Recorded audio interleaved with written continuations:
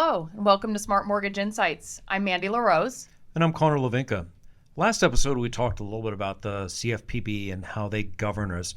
Today, we wanted to talk about two forms specifically. They're going to be part of every transaction. The loan estimate that you're going to receive at the beginning of the transaction and the closing disclosure that you will receive at the end of the transaction. We want to shed a little bit of light onto each one of those forms. So let's start with the loan estimate. What can you tell us about that, Mandy? So the loan estimate, the loan estimate is something that you are going to receive within 3 days after being in contract on a loan. So it is our job, once we receive the purchase and sales agreement, that we will send you the loan estimate along with some other documents that will spell out what the loan terms are, what the interest rate's potential interest rate if we haven't locked you in, and what the fees are going to be that are associated on that mortgage based on how your offer was accepted. Now, when we get your contract, we're going to call you up, have a conversation with you, let you know what's going to be happening next. So sometimes when you receive that loan estimate, or LE as we call it, your loan might not be locked at that point. So at that moment, those fees are estimates because the rate can change. And so therefore, the fees to get that interest rate could potentially change as well. Absolutely. The other big thing is, what's the difference between a cost sheet and a loan estimate? Aren't they the same thing? They are not the same thing. So a cost sheet is generally something that we're going to give to you prior to you actually going into contract on something. So a best guess. Yes, you got it. That's a best guess. So we all like to give a lot of best guesses for sure. We're going to obviously, get as close as we can, but we don't know exactly what those numbers are going to look like because we don't know what sales price you're going to settle on. We don't know what the terms are going to be between you and the seller as far as who's going to pay what, things like that. So, but we're going to give a best guess on a cost sheet. But that LE, that's a lot more formal. It's a big difference. I mean, like Mandy said, it's a best guess. I mean, we're guessing on what a credit score is. We're guessing on what the market is going to be. We're guessing on certain fees. But once we get to a loan estimate, the interesting thing about that is we can't change it. So if we were to put a fee on there and we made a mistake, there are several different categories of them. We won't kind of get too much into that. But for the most part, we don't have any kind of tolerances. So if we make a mistake, we will have to pay that difference. Absolutely, especially once you're locked into that loan. So if we've given a quote to you that says, this is what the interest rate is, this is what it's going to cost you to get that interest rate, and you say, hey, loan officer, I want to lock in at that. That's what we then lock you in at.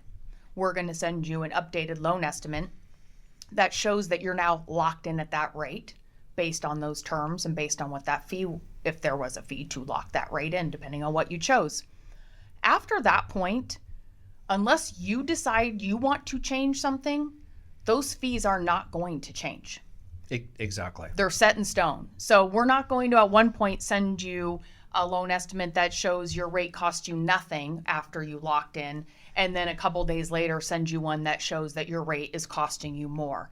Once it is a done deal, it is a done deal unless you make those changes. We have things called a change of circumstance, which gives us opportunities to maybe make some changes, but that doesn't always come into play and that doesn't always work as well.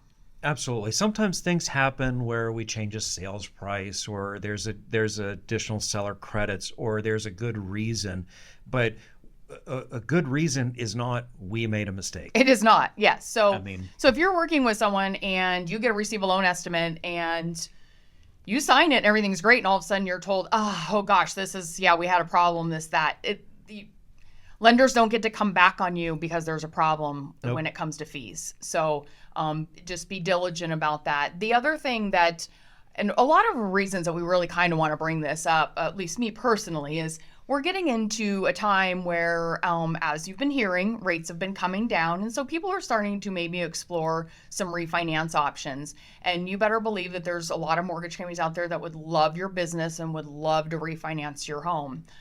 So you really want to be cautious about things that you're being quoted on that cost sheet that we discussed in the beginning versus that loan estimate which is actual real stuff. So when you're receiving cost sheets that have a lot of fluff and look too good to be true, They probably are. they probably are. So sometimes it's good to ask for a loan estimate so that you can really get nailed down on what those fees actually are going to be and what it's going to cost you to get that particular rate. When you hear a really good rate, you hear those teaser rates out there and it sounds so good, you want to ask, what's that going to cost me? And what that's going to cost you is expressed in what's called the APR. And the APR is your interest rate plus the fees that you will be charged throughout the process for that interest rate amortized over the course of the loan. So in the case of a 30-year mortgage, it will be amortized over 360 months. So the farther away, as a general rule of thumb, the farther away your APR is from your actual interest rate, the higher your fees are. So let's say if your interest rate is 5.5%, but your APR is 7%, then what's happening is you're really paying a lot more. You're not paying 5.5% because of the fees associated with that. You're paying significantly more. So that's one thing, one big tip to watch out for is, what is your APR? Absolutely. And sometimes that's okay. Sometimes that's where borrowers want to go. They want the cheapest monthly payment. They want the cheapest monthly payment, and so they're going to give me the lowest rate you have. And you want to watch out when you say those words, give me the lowest rate you have. Yes, we want to give you the lowest rate, but sometimes what is the lowest rate you have? What's that going to cost? So exactly. There's a par rate, meaning not costing you anything, versus then, of course, buying the rate down, paying points, things like that. So we just bring this to you as a little more of a cautionary tale as you're out there shopping around and looking at rates and fees, that you really understand what it is that you're paying for. And especially when you hear a good rate, understand what that's going to cost you as well. So the other thing is, at the end of the transaction, we will issue what's called a closing disclosure. It'll be very similar to the loan estimate and fees. It's a completely different format, but again, it's going to re-summarize the fees. When you have a mortgage transaction, there's a lot of, let's say, chefs in the kitchen, because we have a lot of different people that are involved in the transaction. You have the appraiser, you have the title company, you have the mortgage company, it could be, and also the real estate agents. All of these people are going to have various fees associated with it. So 3 business days prior to you signing a title, we have to issue a closing disclosure to you for you to review these fees. Again, absolutely not optional and completely unable to waive this.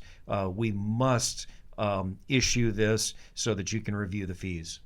Yeah, there's no waiving the closing document. It's a requirement, and that's going to be your generally, I won't say final, but it's generally pretty darn close. Yeah, I mean, we're maybe adjusting dollars at that point, but it's good. As far as your rate goes, the fees associated with your rate, all of those kinds of things, yes, that stuff is all locked in. None of that's changing, and it will be very similar to the LE that you signed once you locked in your interest rate. And again, as a consumer tip, if you look at the bottom line numbers on your LE and your CD and they are different, that should raise an eyebrow because they are in different formats. But unless something drastically changed throughout your transaction, those numbers ought to be pretty darn close. Absolutely, yes. So definitely keep a close eye on that. If you want to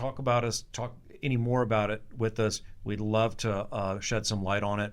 But in the meantime, appreciate you listening today, and we'll see you next time. This podcast is sponsored by Residential Mortgage, LLC, NMLS numbers 167729, 196, 576, and 1820404.